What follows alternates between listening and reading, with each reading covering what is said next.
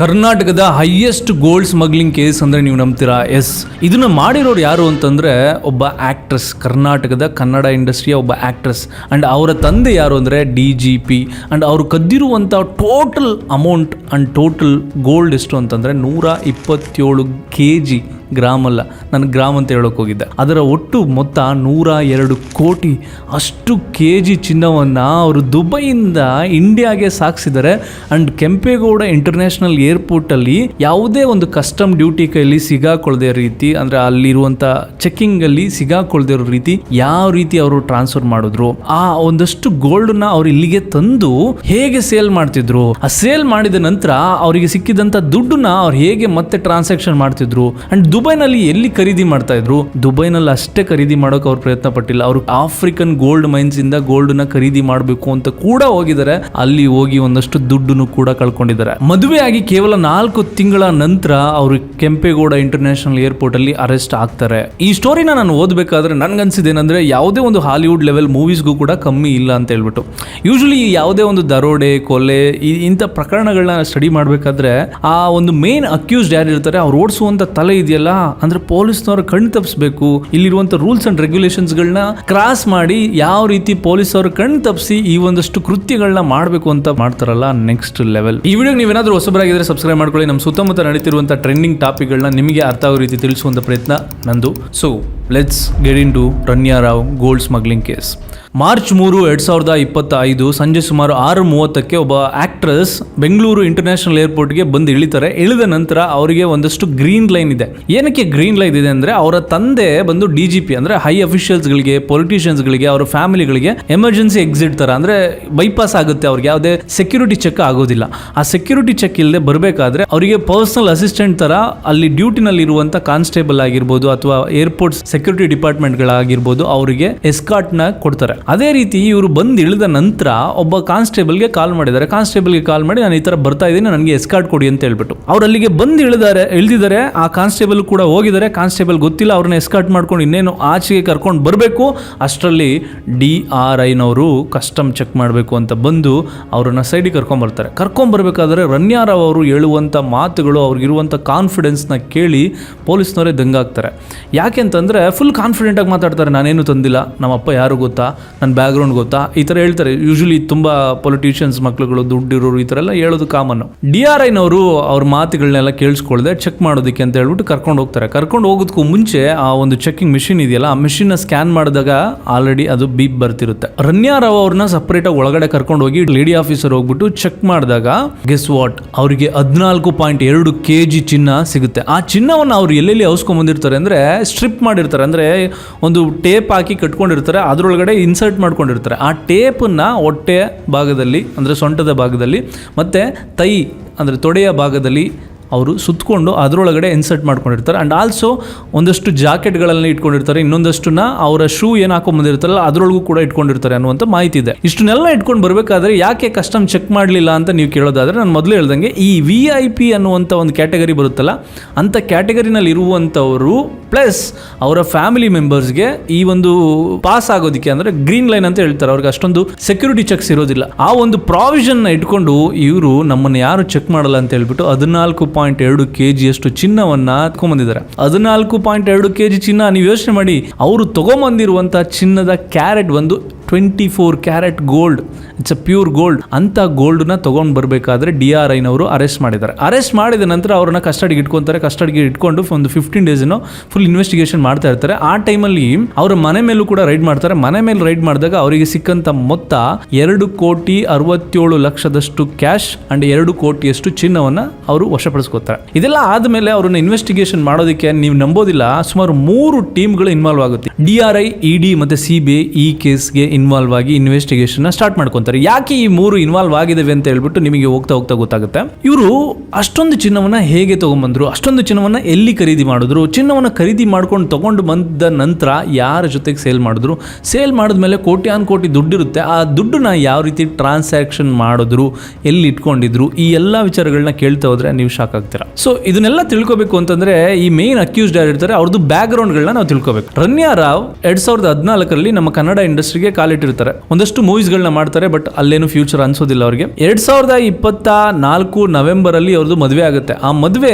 ತುಂಬಾ ಒಂದು ಎಲೈಟ್, ತುಂಬಾ ರಿಚ್ ಆಗಿ ಒಂದು ತಾಜ್ ಹೋಟೆಲ್ ಅಲ್ಲಿ, ರೇಸ್ ಕೋರ್ಸ್ ರೋಡ್ ಹತ್ರ ಇದೆಯಲ್ಲ, ಆ ತಾಜ್ ಹೋಟೆಲ್ ಅಲ್ಲಿ ಮದುವೆ ಆಗುತ್ತೆ. ಆ ಮದುವೆಗೆ ತುಂಬಾ ಹೈ ಅಫಿಷಿಯಲ್ಸ್ಗಳು, ಪೊಲಿಟಿಷಿಯನ್ಸ್ಗಳು ಅಂಡ್ ಟಾಪ್ ಲೆವೆಲ್ ಅಲ್ಲಿ ಇರುವಂತಹ ಪೊಲೀಸ್ ಆಫೀಸರ್ಸ್ಗಳೆಲ್ಲ ಅಟೆಂಡ್ ಮಾಡ್ತಾರೆ. ಯಾಕೆ ಅಟೆಂಡ್ ಮಾಡ್ತಾರೆ ಅಂದ್ರೆ, ರಮ್ಯಾ ರಾವ್ ಅವರ ತಂದೆ ಒಬ್ರು DGP, ಅವರು ಸ್ಟೆಪ್ ಫಾದರ್ ಅನ್ನುವಂಥ ಒಂದು ಇನ್ಫಾರ್ಮೇಶನ್ ಇದೆ. ಸೊ ಅವರ ಮಗಳಾಗಿರುವಂತ ಕಾರಣಕ್ಕೆ ಇವರಿಗೆ ಅಲ್ಲಿ ಎಂಟ್ರಿ ಏನಿರುತ್ತೆ ಅದು ಗ್ರೀನ್ ಲೈನ್. 2023 ಇವರೊಂದು ವೀರಾ ಡೈಮಂಡ್ ಟ್ರೇಡಿಂಗ್ LLC ಅಂತ ಹೇಳ್ಬಿಟ್ಟು ದುಬೈನಲ್ಲಿ ಒಂದು ಕಂಪನಿನ ಓಪನ್ ಮಾಡ್ಕೊಂತಾರೆ. ಯೂಶಲಿ ಈ ತರ ಕ್ರಿಮಿನಲ್ ಆಕ್ಟಿವಿಟೀಸ್ ಗಳನ್ನ ಮಾಡೋರು ಏನ್ ಮಾಡ್ಕೊಂತಾರೆ, ಒಂದು ಲೀಗಲ್ ಸಿಸ್ಟಮ್ ನ ಕ್ರಿಯೇಟ್ ಮಾಡ್ಕೊಂತಾರೆ, ಒಂದು ಸಣ್ಣ ಕಂಪನಿನ ಓಪನ್ ಮಾಡ್ಕೊಂತಾರೆ. ಬೆಳಿಗ್ಗೆ ಹೊತ್ತು ಒಂದು ಕಾಲ್ ಸೆಂಟರ್ ಆಗಿರುತ್ತೆ, ಅದರ ನೈಟ್ ಹೊತ್ತು ಎಲ್ಲ ಸ್ಕ್ಯಾಮ್ಗಳನ್ನ ಮಾಡ್ತಾ ಇರ್ತಾರೆ. ಈ ರೀತಿ ಇವರು ಕೂಡ ಒಂದು ಲೀಗಲ್ ಆಗಿ ಒಂದು ಕಂಪನಿನ ಓಪನ್ ಮಾಡ್ಕೊಂಡಿದ್ದಾರೆ ದುಬೈನಲ್ಲಿ. ಆ ಕಂಪನಿನ ರಮ್ಯಾ ರಾವ್ ಮತ್ತೆ ತರುಣ್ ರಾಜ್ ಅನ್ನುವಂತ ಇಬ್ರು ಓಪನ್ ಮಾಡ್ಕೊಂತಾರೆ. ಓಪನ್ ಮಾಡ್ಕೊಂಡ ನಂತರ ಡೈರೆಕ್ಟ್ ಆಗಿ ನಾವು ಆಫ್ರಿಕನ್ ಮೈನ್ಸ್ ಇರುವಂತ ಒಂದಷ್ಟು ಪ್ಲೇಸ್ ಗಳಿದೆಯಲ್ಲ, ಅಲ್ಲಿಗೆ ವಿಸಿಟ್ ಮಾಡಿ ಡೈರೆಕ್ಟ್ ಆಗಿ ಅಲ್ಲಿಂದ ಚಿನ್ನವನ್ನ ಖರೀದಿ ಮಾಡೋಣ ಅಂತ ಹೇಳ್ಬಿಟ್ಟು ಒಬ್ಬ ವ್ಯಕ್ತಿನ ಕಾಂಟ್ಯಾಕ್ಟ್ ಸಿಗುತ್ತೆ ಅವರಿಗೆ. ಆತನ ಹೆಸರು ಬೆನ್ ಅಂತ ಹೇಳ್ಬಿಟ್ಟು, ಆತ ಬಂದು ಉಗಾಂಡದವನು. ಉಗಾಂಡದಲ್ಲಿ ಇಲ್ಲಿ ಇರುವಂತ ಮೈನ್ಸ್ ಗಳಿಗೆ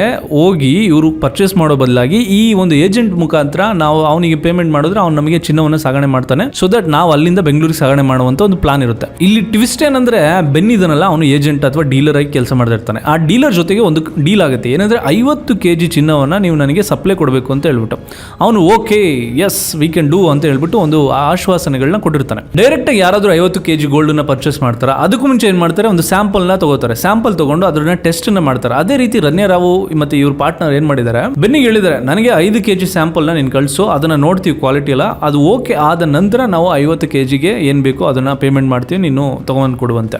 ಬೆನ್ ಓಕೆ ಅಂತಾನೆ, ಅದಕ್ಕೆ ಬೇಕಾದಂತ ಅಡ್ವಾನ್ಸ್ ಪೇಮೆಂಟ್ ನ ಮಾಡಿ ಅಂತ ಹೇಳ್ತಾನೆ. ಅದಕ್ಕೆ ರಮ್ಯಾ ರಾವ್ ಇವರೆಲ್ಲ ಸೇರ್ಕೊಂಡು ಸುಮಾರು $10,000 ಪೇಮೆಂಟ್ ನ ಮಾಡಿರ್ತಾರಂತೆ ಅಡ್ವಾನ್ಸ್ ಆಗಿ. ಅದಾದ ನಂತರ ಬೆನ್ ಎಸ್ಕೇಪ್. ಬೆನ್ ಇವ್ರ ಕಣ್ಣಿಗೆ ಬೀಳೋದಿಲ್ಲ, ಮತ್ತೆ ವಾಪಸ್ ಬರೋದಿಲ್ಲ ದುಬೈಗೆ, ಇವ್ರ ಕಾಂಟ್ಯಾಕ್ಟ್ಗೂ ಸಿಗೋದಿಲ್ಲ. ಸೊ ಇವಾಗ ಏನ್ ಮಾಡ್ತಾರೆ, ತರುಣ್ ಏನ್ ಮಾಡ್ತಾರೆ, ಸರಿ ನಾನೇ ಹೋಗೋಣ ಅಂತ ಹೇಳ್ಬಿಟ್ಟು ಉಗಾಂಡಾಗ ಹೋಗ್ತಾರೆ. ಉಗಾಂಡಾಗ ಹೋದ ನಂತರ ಆ ಬೆನ್ನ ಹೇಗೋ ಮಾಡಿ ಹುಡುಕ್ತಾರೆ. ಹುಡುಕದ ನಂತರ ಬೆನ್ನ ಕೇಳ್ತಾರೆ, ದುಡ್ಡು ಇಸ್ಕೊಂಡಿದ್ಯಾ ನೀನು, ಎಲ್ಲಿ ಚಿನ್ನನ ಕೊಟ್ಟಿಲ್ಲ ಅಂತ ಹೇಳ್ಬಿಟ್ಟು. ಬೆನ್ನು ಓಕೆ ಪೂರ್ತಿ ನಿಮ್ಗೆ 5 kg ಬೇಕಲ್ವಾ, ಅದಕ್ಕೆ ನೀವು ಫುಲ್ ಪೇಮೆಂಟ್ ಮಾಡಿ ನಾನು ಚಿನ್ನನ ಕೊಡ್ತೀನಿ ಅಂತ ಹೇಳ್ತಾನೆ. ಹಾಗಂತ ಇವರಿಗೆ ಸುಳ್ಳು ಆಶ್ವಾಸನೆ ಕೊಟ್ಟು ಇವ್ರನ್ನ ನಂಬಿಸಿ ಇವ್ರ ಹತ್ರ ದುಡ್ಡು ಕಿತ್ಕೊಂತಾನೆ. ಒಂದು 2 ಕೋಟಿ ಇಂಡಿಯನ್ ರುಪೀಸ್ಗೆ ಆಗುವಷ್ಟು ದುಡ್ಡನ್ನ ಅವನಿಗೆ ಕೊಟ್ಟು ಇವರು ಮೋಸ ಹೋಗ್ತಾರೆ. ಮೋಸ ಹೋದ ನಂತರ ವಾಪಸ್ ಇವರು ದುಬೈಗೆ ಬಂದ್ಬಿಡೋದಿಲ್ಲ. ಇವ್ರೇನ್ ಮಾಡ್ತಾರೆ, ಪೊಲೀಸ್ ಏನಿದ್ದಾರೆ ಆ ಡಿಪಾರ್ಟ್ಮೆಂಟ್ ಹತ್ರ ಹೋದಾಗ ಅಲ್ಲಿ ಇವರಿಗೆ ಯಾವುದೇ ಸಪೋರ್ಟ್ ಸಿಗೋದಿಲ್ಲ. ಕೊನೆಗೆ ವಾಪಸ್ ಬರ್ಬೇಕಾಗುತ್ತೆ ಬರೀ ಕೈನಲ್ಲಿ. ಯಾವಾಗ ಇವರು ಉಗಾಂಡದಿಂದ ನಿರಾಶೆಯಿಂದ ವಾಪಸ್ ಬರ್ತಾರೆ, 2 ಕೋಟಿ ದುಡ್ಡನ್ನ ಕಳ್ಕೊಂಡು, ಇವ್ರೇನ್ ಮಾಡ್ತಾರೆ, ಅಲ್ಲಿಗೆ ನಿಲ್ಸೋದಿಲ್ಲ. ಇವ್ರು ಇನ್ನೊಂದು ಮಾಸ್ಟರ್ ಪ್ಲಾನ್ ಹಾಕೊಂತಾರೆ. ಏನಂದ್ರೆ, ಗೋಲ್ಡ್ ಮೈನ್ಸ್ ಯಾವಾಗಲೂ ಈ ತರ ಇಲ್ಲಿಗಲ್ ಆಗಿ ಯಾವ ಟ್ರಾನ್ಸಾಕ್ಷನ್ ಮಾಡ್ತಾ ಇರ್ತಾರಲ್ಲ, ಅವರು ಒಂದು ಗ್ಯಾಂಗ್ಸ್ ಇರ್ತಾರೆ, ಒಂದು ಗ್ಯಾಂಗ್ ಗ್ರೂಪ್ ಇರುತ್ತೆ, ಅವ್ರಗಳಿಗೆ ಮಾತ್ರ ಸಪ್ಲೈ ಮಾಡ್ತಾರೆ. ಅವ್ರದೊಂದು ಟ್ರಸ್ಟ್ ಇರುತ್ತೆ, ಅದಕ್ಕೆ ಸಪ್ಲೈ ಮಾಡ್ತಾರೆ. ನಮ್ಗಳಿಗೆಲ್ಲ ಈಗ ಇನಿಷಿಯಲಿ ಸ್ಟಾರ್ಟಿಂಗ್ ಅಲ್ಲಿ ಮಾಡೋರಿಗೆಲ್ಲ ಸಪ್ಲೈ ಮಾಡೋದು ಡೌಟು. ಸೊ ನಾವು ಇಲ್ಲಿ ಹೋದ್ರೆ ಟ್ರಾಪ್ ಆಗೋದು ಗ್ಯಾರಂಟಿ, ಮತ್ತೊಂದಷ್ಟು ದುಡ್ಡನ್ನ ಕಳ್ಕೊಳ್ಳೋದು ಗ್ಯಾರಂಟಿ ಅಂತ ಅನ್ಕೊಂಡು ಇವ್ರೇನ್ ಮಾಡ್ತಾರೆ, ದುಬೈನ ದಿಯರಾ ಗೋಲ್ಡ್ ಸೌಕ್ ಇದೊಂದು ಪ್ಲೇಸು. ಆ ಪ್ಲೇಸ್ ಅಲ್ಲಿ ಏನ್ ಮಾಡ್ತಾ ಇರ್ತಾರೆ, ಈ ತರ ಆಫ್ರಿಕನ್ ಕಂಟ್ರೀಸ್ ಅಲ್ಲಿ ಇರುವಂತ ಗೋಲ್ಡ್ಗಳನ್ನ ತಗೊಂಡ್ಬಂದು ಡೀಲರ್ಸ್ಗಳು ಇಲ್ಲಿ ಸಪ್ಲೈ ಮಾಡ್ತಾ ಇರ್ತಾರೆ. ಇಲ್ಲಿ ಇಲ್ಲಿಗಲ್ ಆಕ್ಟಿವಿಟೀಸ್ಗಳು ನಡೀತಾ ಇರುತ್ತೆ. ಈ ಒಂದು ನೆಟ್ವರ್ಕ್ದು ಕಾಂಟ್ಯಾಕ್ಟ್ ಇವ್ರಿಗೆ ಸಿಗುತ್ತೆ. ಇವ್ರೇನ್ ಮಾಡ್ತಾರೆ, ಅಲ್ಲಿಗೆ ಹೋಗ್ತಾರೆ. ಅಲ್ಲಿಗೆ ಹೋಗಿ ದುಡ್ಡನ್ನೆಲ್ಲ ಅರೇಂಜ್ ಮಾಡ್ಕೊಂಡು ಯಾರೋ ಒಬ್ಬ ಪಾರ್ಟಿ ನಡೀತಾರೆ, ಪಾರ್ಟಿ ಇಟ್ಕೊಂಡು ಅವ್ರ ಹತ್ರ ಗೋಲ್ಡನ್ನ ಪರ್ಚೇಸ್ ಮಾಡೋದನ್ನ ಸ್ಟಾರ್ಟ್ ಮಾಡ್ತಾರೆ. ಇವರು ಅಲ್ಲಿ ದಿರಮಲ್ಲೇ ಟ್ರಾನ್ಸಾಕ್ಷನ್ ಎಲ್ಲ ಮಾಡಬೇಕು. ದಿರಮಲ್ಲಿ ಟ್ರಾನ್ಸಾಕ್ಷನ್ ಮಾಡೋದಕ್ಕೆ ಆಲ್ರೆಡಿ ಇವ್ರ ಹತ್ರ ಒಂದು ಕಂಪನಿ ಇದೆ. ಕಂಪನಿಯ ಒಂದು ಹೆಸರಲ್ಲಿ ಇವರು ಟ್ರಾನ್ಸಾಕ್ಷನ್ ಮಾಡ್ತಾ ಇರ್ತಾರೆ. ಇವರು ಪರ್ಚೇಸ್ ಮಾಡಿದ್ದೆಲ್ಲ ಲೀಗಲ್ ಅಂತ ತೋರಿಸ್ಕೊಂತಾರೆ. ಬಟ್ ಇಲ್ಲಿ ಇನ್ನೊಂದು ಪಾಯಿಂಟ್ ಏನಂದ್ರೆ, ಅಲ್ಲಿ ಪರ್ಚೇಸ್ ಮಾಡಬೇಕು ಅಂದ್ರೆ ನೀವು ಹಾರ್ಡ್ ಕ್ಯಾಶ್ ಅಲ್ಲೇ ಪರ್ಚೇಸ್ ಮಾಡಬೇಕು. ಆನ್ಲೈನ್ ಅಲ್ಲಿ ನೀವು ಟ್ರಾನ್ಸ್ಫರ್ ಮಾಡಿದ್ರೆ ನಿಮ್ಗೆ ಆ ಪ್ರೈಸ್ ಅಲ್ಲಿ ಸಿಗೋದಿಲ್ಲ. ಅಫಿಷಿಯಲಿ ದುಬೈನಲ್ಲಿ ಎಷ್ಟು ಪ್ರೈಸ್ ಇದೆ ಅಷ್ಟೇ ಪ್ರೈಸ್ ಕೊಟ್ಟು ತಗೋಬೇಕಾಗುತ್ತೆ. ಅದೇ ಕಾರಣಕ್ಕೆ ಇಲ್ಲೆಲ್ಲ ಹಾರ್ಡ್ ಕ್ಯಾಶ್ ಟ್ರಾನ್ಸಾಕ್ಷನ್ ಆಗುತ್ತೆ. ನೀವೆಲ್ಲ ಅಬ್ಸರ್ವ್ ಮಾಡಿ, ಈ ರಿಯಲ್ ಎಸ್ಟೇಟ್ ಗಳಲ್ಲಿ ಈ ತರ ಒಂದಷ್ಟು ಕಳ್ಳ ಕೆಲಸಗಳನ್ನ ಮಾಡ್ತಾರಲ್ಲ, ಅವ್ರುಗಳು ಏನ್ ಮಾಡ್ತಾರೆ, ಗವರ್ನಮೆಂಟ್ ಈ ಟ್ಯಾಕ್ಸ್ ED ಇವ್ರನ್ನೆಲ್ಲ ಕಣ್ತಪ್ಸೋದಕ್ಕೆ ಆನ್ಲೈನ್ ಅಲ್ಲೇ ಟ್ರಾನ್ಸಾಕ್ಷನ್ಗಳನ್ನ ಮಾಡೋದಿಲ್ಲ, ಆಫ್ಲೈನ್ ಅಲ್ಲಿ ಮಾಡ್ತಾರೆ. ಆಫ್ಲೈನ್ ಅಲ್ಲಿ ಮಾಡೋದು ಯಾರಿಗೆ ಗೊತ್ತಾಗುತ್ತೆ, ಕೆಲವು ಥಿಯೇಟರ್ಗಳಿಗೆ ಹೋಗಿ, ಕೆಲವು ಹೋಟೆಲ್ಗಳಿಗೆ ಹೋಗಿ, ಕೆಲವು ಪ್ಲೇಸ್ಗಳಿಗೆ ಹೋಗಿ ಅವ್ರುಗಳೆಲ್ಲ ಆನ್ಲೈನ್ ಟ್ರಾನ್ಸಾಕ್ಷನ್ ತಗೊಳ್ಳಲ್ಲ ಅಂತ ಹೇಳ್ತಾರೆ. ಏನೋ ಒಂದು ಸುಳ್ಳು ಹೇಳ್ತಾರೆ, ಬ್ಯಾಂಕ್ ವರ್ಕ್ ಆಗ್ತಿಲ್ಲ ಅಂತ ಹೇಳ್ತಾರೆ. ದಟ್ ಈಸ್ ನನ್ ಅದರ್ ದ್ಯಾನ್ ಇದೊಂದು ರೀಸನ್ ಆಗಿರುತ್ತೆ. ನೀವು ಅಬ್ಸರ್ವ್ ಮಾಡಿದ್ರೆ ಎಸ್ ಅಂತ ಕಮೆಂಟ್ ಮಾಡಿ. ಸೊ ಈಗ ಆನ್ಲೈನಲ್ಲಿ ಟ್ರಾನ್ಸಾಕ್ಷನ್ ಮಾಡಿದೆ, ಇವರು ಹಾರ್ಡ್ ಕ್ಯಾಶ್ ತೊಗೊಂಡು ಅಲ್ಲಿ ಎಷ್ಟು ಒಂದು ತುಂಬ ಕಮ್ಮಿ ರೇಟಿಗೆ ಅವರು ಪರ್ಚೇಸ್ ಮಾಡ್ತಾರೆ. ಸಪೋಸ್ ಇಲ್ಲಿ 13,500 ನಮ್ಮ ಗೋಲ್ಡ್ 1 ಗ್ರಾಮ್ಗೆ ಇದೆ ಅಂತಂದರೆ, ಅವರು ಒಂದು 8,000 9,000 ಆ ಥರ ಒಂದು ಗೋಲ್ಡ್ ಪರ್ ಗ್ರಾಮ್ಗೆ ಪ್ರೈಸ್ನ ಕೊಟ್ಟು ಪರ್ಚೇಸ್ ಮಾಡಿರ್ತಾರೆ. ಪ್ರಾಫಿಟ್ ಇದೆ 5,000. ಇಲ್ಲಿ ಇಂಡಿಯಾಗೆ ತೊಗೊಂಬಂದು ಮಾರಿದ್ರೆ ಆ ತಗೊಂಬರುವಂಥ ಪ್ರೊಸೆಸ್ ಇದೆಯಲ್ಲ ಅವ್ರಿಗೆ ಏನಾಗುತ್ತೆ ಸ್ಟಾರ್ಟಿಂಗಲ್ಲಿ ಸ್ವಲ್ಪ ಕಷ್ಟ ಆಗುತ್ತೆ. ಅದನ್ನು ಯಾವ ರೀತಿ ಪ್ಲಾನ್ ಮಾಡ್ಕೊಂಡಿದ್ರು ಅಂದರೆ, ದುಬೈ ಏರ್ಪೋರ್ಟಲ್ಲಿ ರನ್ಯಾ ರಾವ್ ಅವರು ಚೆಕ್ ಇನ್ ಮಾಡ್ತಾರೆ. ಚೆಕ್ ಇನ್ ಮಾಡಿದ ನಂತರ ಒಬ್ಬ ವ್ಯಕ್ತಿ ಬಂದು ರನ್ಯಾ ರಾವ್ ಅವ್ರ ಕೈಗೆ ಗೋಲ್ಡನ್ನ ತಗೊಂಬಂದು ಕೊಡ್ತಾನೆ. ಗೋಲ್ಡನ್ನ ತಗೊಂಬಂದು ಕೊಟ್ಟ ನಂತರ ಇವರು ರನ್ಯಾ ರಾವ್ ಅವರು ಅಲ್ಲಿಂದ ಸಾಗಿಸೋದು ಹೇಗೆ, ಅಲ್ಲಿಂದ ಎಲ್ಲಿ ಬ್ಯಾಗಲ್ಲಿ ಏನಾದರೂ ಲಗೇಜ್ ಬ್ಯಾಗಲ್ಲೆಲ್ಲ ಹೋದ್ರೆ ಅದು ಚೆಕ್ ಆಗ್ಬಿಡುತ್ತೆ, ಗೊತ್ತಾಗ್ಬಿಡುತ್ತೆ ಅಂತ ಹೇಳ್ಬಿಟ್ಟು ಇವ್ರು ಏನು ಮಾಡ್ತಾರೆ, ಯೂಟ್ಯೂಬ್ಗೆ ಹೋಗ್ತಾರೆ. ಯೂಟ್ಯೂಬಲ್ಲಿ ಹೋಗ್ಬಿಟ್ಟು ಸರ್ಚ್ ಮಾಡ್ತಾರೆ ಗೋಲ್ಡನ್ನ ಹೇಗೆ ಸಾಗಣೆ ಮಾಡೋದು ಅಂತ ಹೇಳ್ಬಿಟ್ಟು ಯೂಟ್ಯೂಬಲ್ಲಿ ಒಂದಷ್ಟು ವೀಡಿಯೋಸ್ಗಳನ್ನೆಲ್ಲ ರಿಸರ್ಚ್ ಮಾಡಿ ನೋಡಿ ಅವ್ರಿಗೊಂದು ಪ್ಲಾನ್ ಬರುತ್ತೆ. ಏನಂದರೆ ಒಂದು ಸ್ಟ್ರಿಪ್ ಥರ ಗೋಲ್ಡ್ ಸ್ಟ್ರಿಪ್ಗಳಿದೆಯಲ್ಲ ಅದನ್ನೆಲ್ಲ ಒಂದು ತೊಡೆಗೆ ಮತ್ತು ಸೊಂಟಕ್ಕೆಲ್ಲ ಕಟ್ಕೊಂಡು ಕಾಣದೇ ಇರೋ ರೀತಿ ಬರೋಣ. ಎನಿವೇ ನಮ್ಗೆ ಇಲ್ಲಿ ಕಸ್ಟಮ್ ಡ್ಯೂಟಿನಲ್ಲಿ ಏನೂ ಚೆಕ್ ಆಗೋದಿಲ್ಲ, ಯಾವುದು ತೊಂದರೆ ಇಲ್ಲ ಅಂತ ಹೇಳ್ಕೊಂಡು ಬೈಪಾಸ್ ಮಾಡ್ಬೋದು ಅಂತ ಪ್ಲಾನ್ ಮಾಡ್ಕೊಂಡು ಬರ್ತಾರೆ. ಬಟ್ ಇಲ್ಲಿ ಇನ್ನೊಂದು ನೀವು ಅಬ್ಸರ್ವ್ ಮಾಡಬೇಕಾಗಿರೋದು ಏನಂದರೆ, ದುಬೈ ಏರ್ಪೋರ್ಟಲ್ಲಿ ಇವರು ಹೇಗೆ ಸಪ್ಲೈ ಮಾಡ್ತಾ ಇದ್ರು, ಹೇಗೆ ಟ್ರಾನ್ಸ್ಫರ್ ಮಾಡ್ತಾ ಇದ್ರು ಅನ್ನೋದು ಕೂಡ ಈಗ ಬಿಗ್ ಕ್ವಶನ್. ಇಲ್ಲಿ ಸಿಕ್ಕಿರುವಂಥ ಮಾಹಿತಿ ಪ್ರಕಾರ ಇಲ್ಲಿ ಆಲ್ರೆಡಿ ಅವರೊಂದು ಕಂಪ್ನಿ ರಿಜಿಸ್ಟರ್ ಮಾಡ್ಕೊಂಡಿದಾರಲ್ಲ, ಲೀಗಲ್ ಆಗಿ ನಡೆಸ್ತಾ ಇದೀವಿ ಅಂತ ಏನು ಶೋಕೇಸ್ ಮಾಡ್ತಾರಲ್ಲ, ಅವ್ರು ಏನು ಮಾಡ್ತಾರೆ, ಒಂದಷ್ಟು ಫೇಕ್ ಡಾಕ್ಯುಮೆಂಟ್ಸ್ಗಳನ್ನ ಕ್ರಿಯೇಟ್ ಮಾಡ್ಕೊತಾರೆ. ಯಾವ ರೀತಿ, ಇವ್ರದ್ದು ಆಲ್ರೆಡಿ ಒಂದು ಕಂಪ್ನಿ ಇದೆ, ಆ ಕಂಪ್ನಿ ಥ್ರೂ ನಾವು ಇಲ್ಲಿರುವಂಥ ಖರೀದಿ ಮಾಡಿರುವಂಥ ಚಿನ್ನವನ್ನು ಅವರು ಲೀಗಲಾಗಿ ಖರೀದಿ ಮಾಡಿದ್ದೀವಿ ಅಂತ ತೋರಿಸ್ಕೊಂಡು ಆ ಚಿನ್ನವನ್ನು ನಾವೇನು ಮಾಡ್ತಾ ಇದ್ದೀವಿ, ಸ್ವಿಟ್ಜರ್ಲ್ಯಾಂಡ್ಗೆ ಅಥವಾ ಥೈಲ್ಯಾಂಡ್ಗೆ ನಾವು ಟ್ರಾನ್ಸಾಕ್ಷನ್ ಮಾಡ್ತಾ ಇದ್ದೀವಿ, ಎಕ್ಸ್ಪೋರ್ಟ್ ಮಾಡ್ತಾ ಇದ್ದೀವಿ ಅಂತ ಒಂದಷ್ಟು ಅಫಿಷಿಯಲ್ಸ್ ಫಾರ್ಮ್ಗಳನ್ನ ಕ್ರಿಯೇಟ್ ಮಾಡಿಕೊಂಡು ಕಸ್ಟಮ್ನಲ್ಲಿ ಆ ಥರ ತೋರಿಸ್ಕೊಂಡು, ಇನ್ಫ್ಯಾಕ್ಟ್ ಫ್ಲೈಟ್ ಟಿಕೆಟ್ನು ಕೂಡ ಬುಕ್ ಮಾಡಿಕೊಂಡು ಟ್ರಾನ್ಸಾಕ್ಷನ್ ಆಗ್ತಿದೆ ಅಂದರೆ ಟ್ರಾನ್ಸ್ಫರ್ ಆಗ್ತಿದೆ, ಎಕ್ಸ್ಪೋರ್ಟ್ ಆಗ್ತಿದೆ ಅಂತ ಶೋಕೇಸ್ ಮಾಡಿಕೊಂಡು ಇವರು ಅಲ್ಲಿ ಲೀಗಲಿ ವರ್ಕ್ ಮಾಡ್ತಾ ಇರ್ತಾರೆ. ದುಬೈ ಪೊಲೀಸ್ಗೆ ಅಥವಾ ದುಬೈ ಕಸ್ಟಮ್ ಡಿಪಾರ್ಟ್ಮೆಂಟ್ಗಳಿಗೆ ಏನು ಡೌಟ್ ಬರ್ದಿರೋ ರೀತಿ ಇವರು ಕೆಲಸವನ್ನು ಮಾಡ್ತಾ ಇರ್ತಾರೆ. ಬಟ್ ಇಲ್ಲಿ ಇನ್ನೊಂದು ಕ್ವಶನ್ ಏನಂದ್ರೆ, ದುಬೈ ಏರ್ಪೋರ್ಟ್ ಅಲ್ಲಿ ರನ್ಯಾ ರಾವ್ ಅವ್ರಿಗೆ ಆ ಕಸ್ಟಮ್ ಡ್ಯೂಟಿನ ತಪ್ಪಿಸಿ ಯಾವ ಒಬ್ಬ ವ್ಯಕ್ತಿ ಬಂದು ಕೈಗೆ ಚಿನ್ನವನ್ನು ಕೊಡ್ತಿದ್ದ, ಅಷ್ಟು ಕೆ ಜಿಯಷ್ಟು ಚಿನ್ನವನ್ನು ಯಾರು ಕೊಡ್ತಿದ್ದ ಅನ್ನೋದೇ ಬಿಗ್ ಕ್ವಶನ್. ಅಲ್ಲೂ ಕೂಡ ನಡೆದಿದೆ, ಏನೋ ಒಂದು ಲೂಪ್ ಹೋಲಲ್ಲಿ ಯಾರೋ ಒಬ್ಬ ವ್ಯಕ್ತಿ ಇದ್ದಾನೆ, ಅವನನ್ನು ಹಿಡಿದು ಅವರು ಸಂಭವ ಅಲ್ಲಿ ಟ್ರಾನ್ಸ್ಫರ್ ಮಾಡಿದ್ದಾರೆ. ಅಲ್ಲಿ ಅವ್ರು ಈಸಿಯಾಗಿ ಯಾವಾಗ ಪಾಸ್ ಮಾಡೋಕ್ಕಾಗುತ್ತೋ ಬೆಂಗಳೂರಲ್ಲಿ ಈಸಿಯಾಗಿ ಪಾಸ್ ಮಾಡ್ಬೋದು ಅನ್ನುವಂಥ ಒಂದು ಆಲ್ರೆಡಿ ಪ್ರೀ ಟೆಕ್ಸ್ಟ್ ಇದೆ, ಅವ್ರ ಪ್ರೀ ಮೈಂಡ್ ಸೆಟ್ ಇದೆ. ಯಾಕೆ ಅಂತಂದರೆ ಇವರು ಆಲ್ರೆಡಿ VIP ಕ್ಯಾಟಗರಿಗೆ ಬರ್ತಾರೆ, ನಮಗೇನು ಚೆಕಿಂಗ್ ಇಲ್ಲ ಅಂತ ಹೇಳ್ಬಿಟ್ಟು. 2023ರಿಂದ 2025ರಲ್ಲಿ ರನ್ಯಾ ರಾವ್ ಅವರು ಸುಮಾರು 52 ಸಲ ದುಬೈಗೆ ಹೋಗಿ ಬಂದಿರ್ತಾರಂತೆ. ಅಂದರೆ ಅವರು ಅಷ್ಟು ಫ್ರೀಕ್ವೆಂಟಾಗಿ ದುಬೈಗೆ ಹೋಗೋದು ಬರೋದು ಇದನ್ನೆಲ್ಲ ನೋಡಿ DRIನವ್ರಿಗೆ ಸ್ವಲ್ಪ ಯಾವುದೋ ಇನ್ಫಾರ್ಮೇಷನ್ ಸಿಕ್ಕಿದೆ ಅಂತ ಅನಿಸುತ್ತೆ. ಆ ಇನ್ಫಾರ್ಮೇಷನ್ನ ಇಟ್ಕೊಂಡು ಅವ್ರ ಮೇಲೆ ಡೌಟ್ ಪಟ್ಟು ಅವ್ರನ್ನ ಅಲ್ಲೇ ನಿಲ್ಲಿಸಿ ಚೆಕ್ ಮಾಡಿದಾಗ ಗೊತ್ತಾಗಿದ್ದೆ ಅವರು ಗೋಲ್ಡ್ ಸ್ಮಗ್ಲಿಂಗ್ ಮಾಡ್ತಾ ಇದ್ರು ಅಂತ ಹೇಳ್ಬಿಟ್ಟು. ಈ ಒಂದು ಸಿಂಡಿಕೇಟ್ನ ಪತ್ತೆ ಹಚ್ಚೋದಕ್ಕೆ ಅಂತ ಹೇಳ್ಬಿಟ್ಟು ಸುಮಾರು ಟೈಮ್ ತೊಗೋತಾರೆ. ಟೈಮ್ ತೊಗೊಂಡ್ಮೇಲೆ 3 ಡಿಪಾರ್ಟ್ಮೆಂಟ್ಗಳು ಇನ್ವಾಲ್ವ್ ಆಗುತ್ತೆ, ED and CBI and DRI. ಈ ಕೇಸಲ್ಲಿ ಯಾಕೆ ಈ 3 ಡಿಪಾರ್ಟ್ಮೆಂಟ್ ಇನ್ವಾಲ್ವ್ ಆಗುತ್ತೆ ಅಂದರೆ, ED ಆಬ್ವಿಯಸ್ಲಿ ಮನಿ ಲಾಂಡ್ರಿಂಗ್ ಕೇಸಿಗೆ ಬರುತ್ತೆ, ಆ್ಯಂಡ್ CBI ಇಂಟರ್ನ್ಯಾಷನಲ್ ಟ್ರಾನ್ಸಾಕ್ಷನ್ ಆಗಿದೆ ಅದಕ್ಕೆ ಬರುತ್ತೆ, ಆ್ಯಂಡ್ ಇದು ಬಂದು ಕಸ್ಟಮ್ ಡ್ಯೂಟಿ ಪೇ ಮಾಡಿಲ್ಲ ಸ್ಮಗ್ಲಿಂಗ್ ಮಾಡ್ತಾ ಇದ್ದಾರೆ ಅಂತ ಹೇಳ್ಬಿಟ್ಟು ಆ ಕೇಸಿಗೆ ಬರುತ್ತೆ. ಇವರು ಯಾವಾಗ ಕಸ್ಟಡಿಗೆ ತೊಗೊತಾರೋ, ಇನ್ವೆಸ್ಟಿಗೇಷನ್ ನಡೀತಾ ಇರುತ್ತೋ, ಆ ಗೋಲ್ಡನ್ನು ಬಂದ ಮೇಲೆ ಇಂಡಿಯಾಗೆ ತೊಗೊಂಡು ಬಂದಮೇಲೆ ಹೇಗೆ ಟ್ರಾನ್ಸಾಕ್ಷನ್ ಮಾಡ್ತಾರೆ ಅನ್ನೋ ಒಂದು ಬಿಗ್ ಕ್ವಶನ್ ಇರುತ್ತೆ. ಯಾರಿಗೆ? ಗವರ್ನಮೆಂಟ್ ಅವರಿಗೆ ಗೊತ್ತಾಗಿದ್ದೇನೆಂದರೆ, ಸಾಹಿಲ್ ಅನ್ನುವಂಥ ಒಬ್ಬ ವ್ಯಕ್ತಿ, ಬಳ್ಳಾರಿಯ ಒಬ್ಬ ಡೀಲರ್, ಇವ್ರ ಹತ್ರ ಗೋಲ್ಡನ್ನ ತೊಗೊಂಡು ಅವನೇನು ಮಾಡ್ತಿದ್ದ, ಈ ಥರ ಗೋಲ್ಡ್ ಶಾಪ್ಗಳಿಗೆಲ್ಲ ಮಾರಾಟ ಮಾಡ್ತಿದ್ದ, ಸಣ್ಣ ಪುಟ್ಟ ಗೋಲ್ಡ್ ಶಾಪ್ಗಳಿಗೆಲ್ಲ.